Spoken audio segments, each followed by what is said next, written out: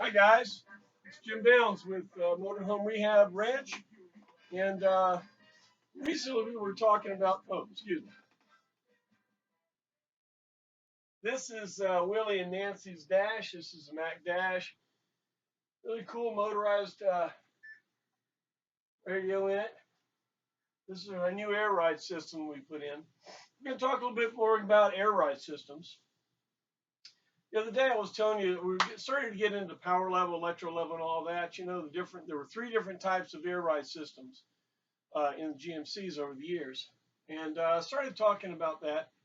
But that's not what we're going to talk about today. That'll be another day. Today, I want to talk to you about how to use the air ride system.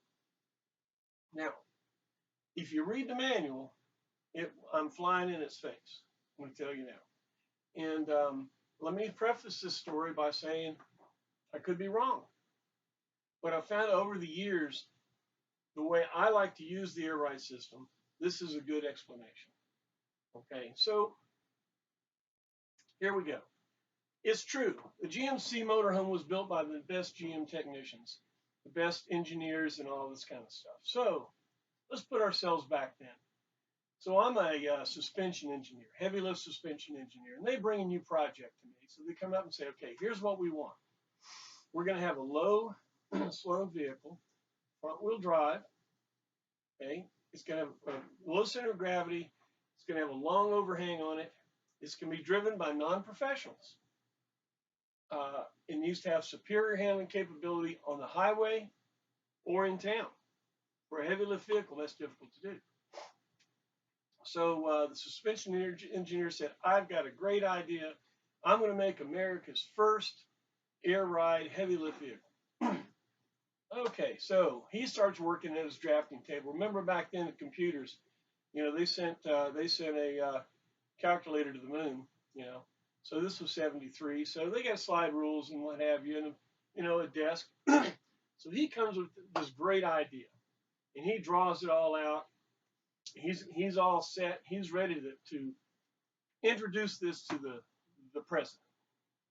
So here's the day came. They're at the big meeting. All the VPs are there.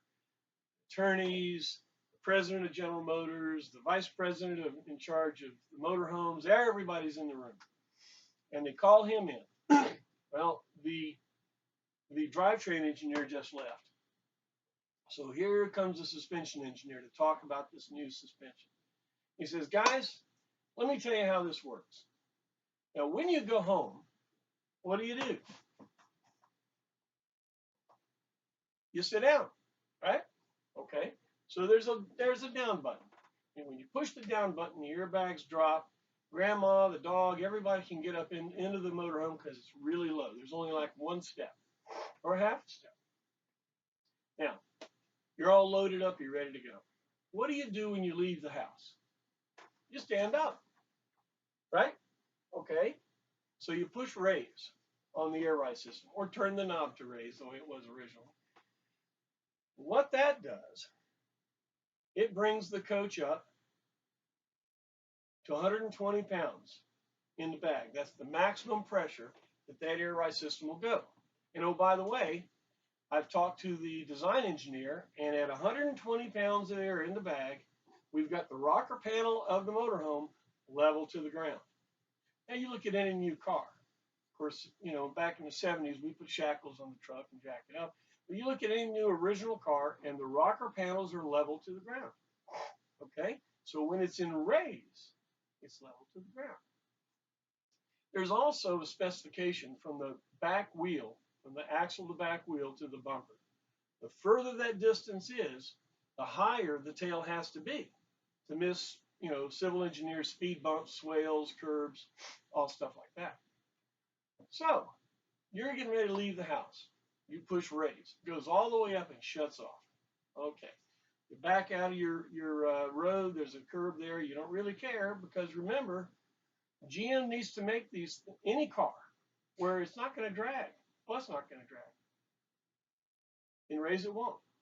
So you go to the gas station, you get your fuel, you get all the ice and water and all this, and you get ready to go out There's a big curve there. You don't care because the back end's up. Highway. All right. You come to the highway. You push auto. What happens is the air ride system goes through two height control valves, one on each side, that balances the coach. I mean, you may have brought it all the way up, and now you got water on this side, and it's heavier. So the height control valve will balance the coach, and it will drop the back. It will drop it 1.5 to 2 inches from the front wheel to the back wheel. Why would it do that? Well, do this. Go to your coach, stand right next to the front wheel, and mark on your belt buckle where the body side moment is. Now walk to the back. Right between the two back wheels, mark it. Should be about 1.5 to 2 inches lower if it's in right height. Okay, that's where it should be. Now, why would they do that? Think about this a minute. You're on a bicycle. So you got your wheel here, you got your fork comes up like this, and the pivot, your handlebars are over here. The axle is behind the pivot, which means that's positive caster. Now, if you want to be real cute, you find a nice flat piece of ground, you lean back, you let go of the handlebars. Look, Ma, no hands. You can do that. Okay? The more caster you get, the more straight ahead and steer ahead you have. All right, now take the handlebars and turn them backwards. Don't tell me you haven't done that. I've done it too. What happens? You're right in the ditch. You're going to hang on. You don't let go of that thing. That's murder. That's because the axle is behind the pivot because it's backwards. That's called negative caster. Okay? Now, negative caster, you have a hard time holding on to it, but you sure can turn tight, right? Okay. So think about this. Here's your frame right here, and here's the caster, represented caster on the front wheel.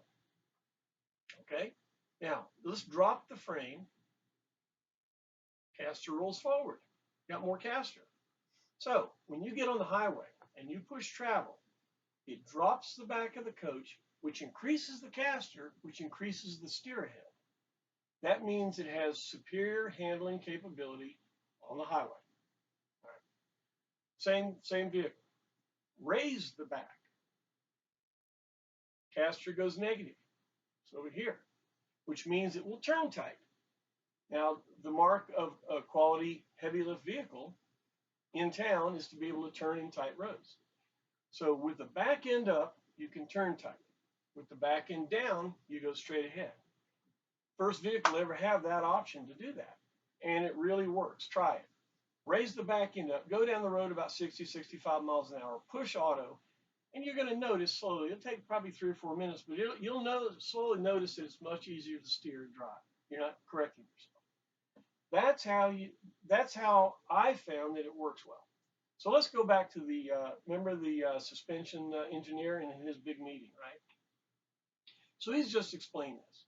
It says, you go up on the highway, you push auto, the back end will drop, superior handling capability on the highway. Oh, look, there's a exit. You push raise. By the time you get there, the back end's up. You hit a speed bump, no problem. Everybody stood up in the room and, oh, great, fantastic, unbelievable, you did it.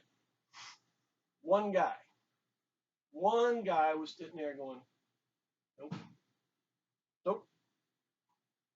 What do you mean? You forgot one thing. This thing is going to be driven by non-professional idiots. No, I mean, just non-professional people. Now, Bubba is going to love the way that thing looks, level or maybe even a little high in the back. It's got shackles on his pickup truck. He loves the way that thing looks. Now, he's going to go down the road at 90 miles an hour because that drivetrain engineer that just left said this thing will run out from under itself. It'll go 90 miles an hour, no problem. Well, Bubba's going to leave that thing up and raise, go 90 miles an hour. You say that it's hard to handle it when it's a negative caster going fast. Well, he's going to kill everybody, and they're going to sue us because Bubba didn't push the travel button. So he looks over at the guy that writes the manual and said, don't write any of that. You tell him in the manual they can't go over 15 miles an hour in raise. Check the manual. So then he looks over at the guy that writes all the bulletins and the warranty stuff. He said, listen, We're not going to warranty bumpers or holding tanks to get drug off, because remember, we're telling them to drop it down in town, and Engelfuss over here says that measurements don't work. We're gonna be dropping holding tanks and back bumpers. I can see it. So he looks over at the parts VP. Says, how many bumpers and holding tanks do we keep in inventory? Increase that by 25%, because we're going to be using more of those. Looks back at the suspension engineer. He's crying in his beer. He took this beautiful suspension system that does everything and cut it off, and you can't use it because nobody told anybody. He said, hey, if they figure it out, that's fine, but for our liability, we're going to tell them they can't go over 15 miles an hour, because if it's 15, they're going to go 45, right? Okay, so this is gonna handle it. And remember, that's in the manual, right? So I just created blasphemy. Sorry. If you use your air ride system like that, you'll find that it is a fantastic opportunity on the highway to go just 2 fingers on the wheel, 70 miles an hour, forget your driving. You get in town, you jack that baby up, you can really turn, and you can tell the difference. Take a chopper, motorcycle chopper. Get on the highway, that baby's a cruiser, right? Easy rider. Try to turn it around, it's going to take a whole parking lot. Okay? That's the way the motorhome will be too, by just using that air ride system. So, there you go. Tell me what you think about that. Don't throw anything at me, because I know I'm beating the manual up. But the air ride system is an active system. It's a one of a kind. It's 40 years old and still one of a kind. It's awesome. People are starting to add air ride systems, airbag systems, helper systems to their trucks, trying to keep that flatbed truck from riding so rough, right? Well, that's the same airbags that we're using. We talked the other day about the quad bag system. We're using 4 easily available Firestone or Goodyear ride-by airbags in the system. Make it nice and smooth. You still get the rise that you want and the drop, so you can have superior handling capability in town or on the highway. So there you go. Thanks a lot, and we'll see you again.